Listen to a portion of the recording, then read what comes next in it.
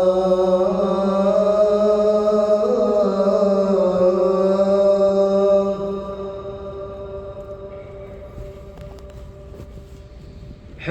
على الفلاح.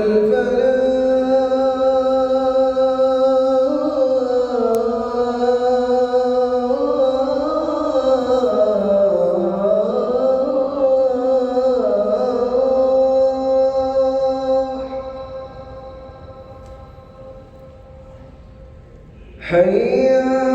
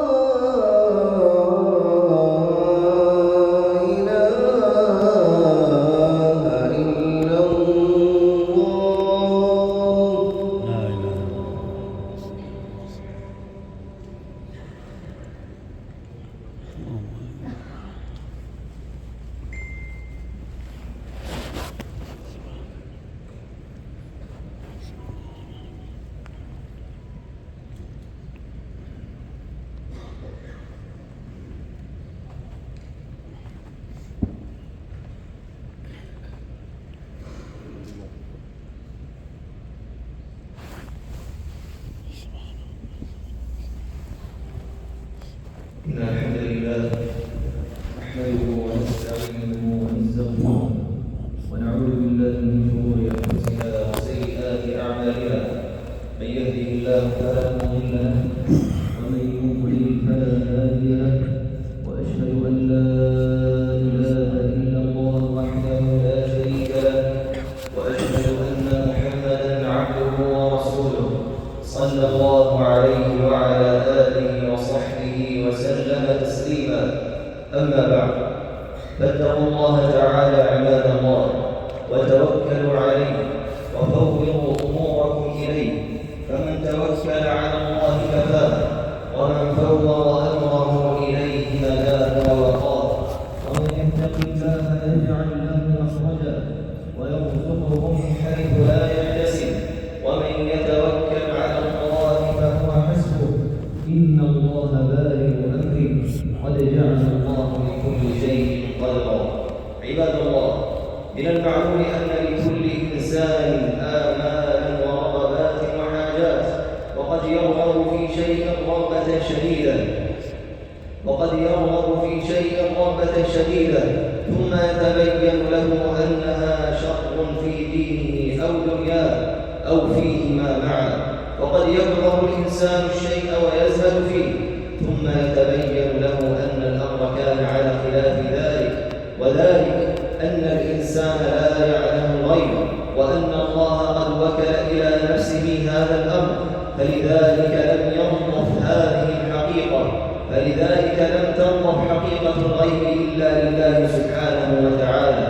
وقد جعل الله لعباده ليكيلوا إلى هذه الأمور، وقد جعل الله لعباده وكل هذه الأمور إليه، فأضاف إليهم أمرين مشروعين يشرع لهما عند تجدد الحوادث أن يأتوا إليها.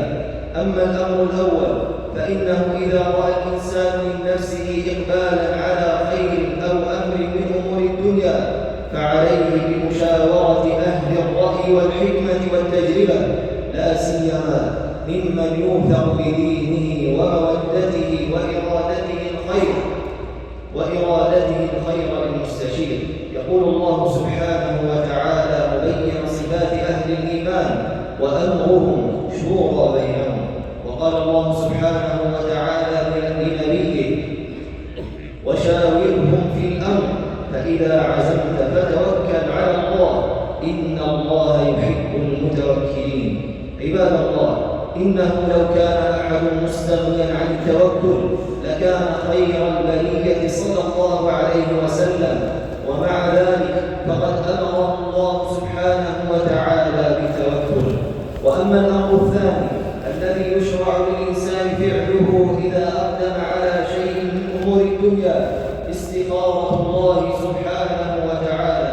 ومعنى الاستخارة طلب العبد من الله سبحانه وتعالى خير الأمرين من الإمضاء والترك على صفة ما بينها نبينا محمد صلى الله عليه وسلم، وذلك كما روى جابر رضي الله عنه أنه قال: كان رسول الله صلى الله عليه وسلم يعلمنا الاستخارة في الأمور كلها كما يعلمنا السورة من القرآن.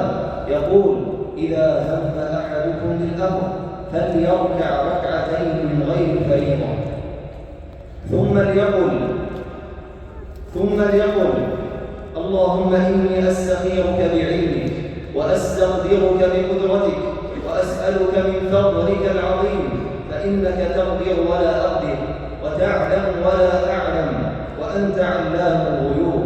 اللهم إن كنت تعلم أن هذا الأمر ويسميه الأمر الذي يقدم عليه خير لي في ديني ومعاشي وعاقبة أمري وعاجله وآجله فاقدره لي ويسره لي ثم بارك لي فيه.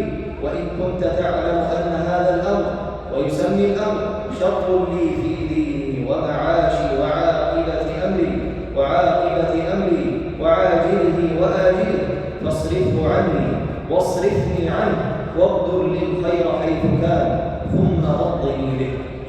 رواه الإمام البخاري بنحوه.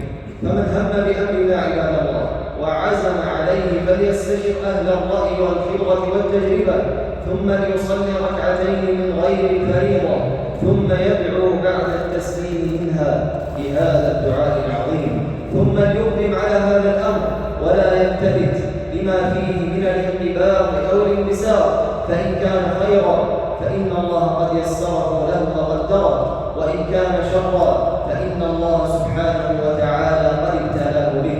فأما إن صرفه الله فإنه ابتلاء فصرفه الله عنه، وأما إن كان خيرا فخير الله واسع وفضله عظيم. عباد الله، أقول هذا القول وأستغفر الله إن الله غفور رحيم.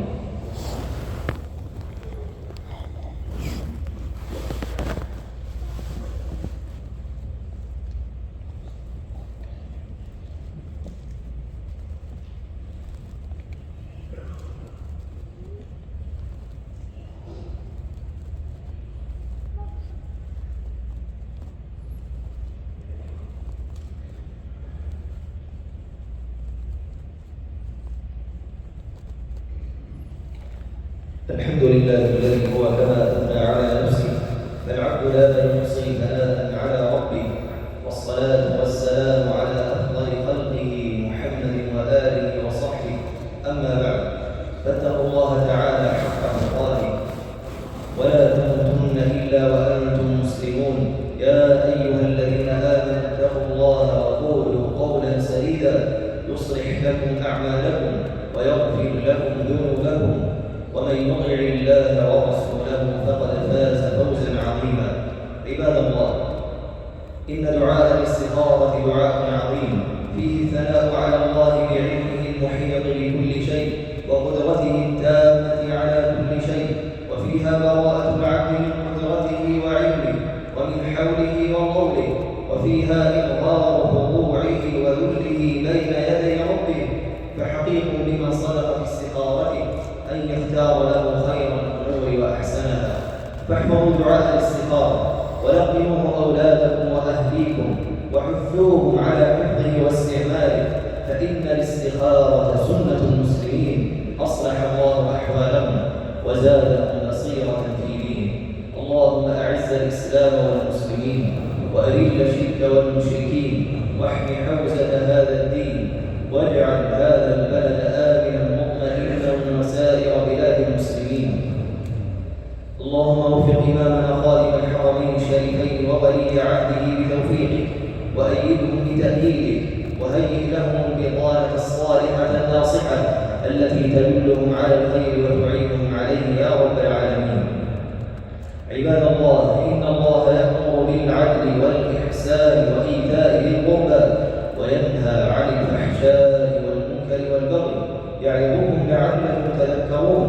فاذكروا الله العظيم يذكركم واشكروه على نعمه يزدكم ولذكر الله أكبر والله يعلم ما تصنعون. وصل اللهم على نبينا محمد. الله أكبر.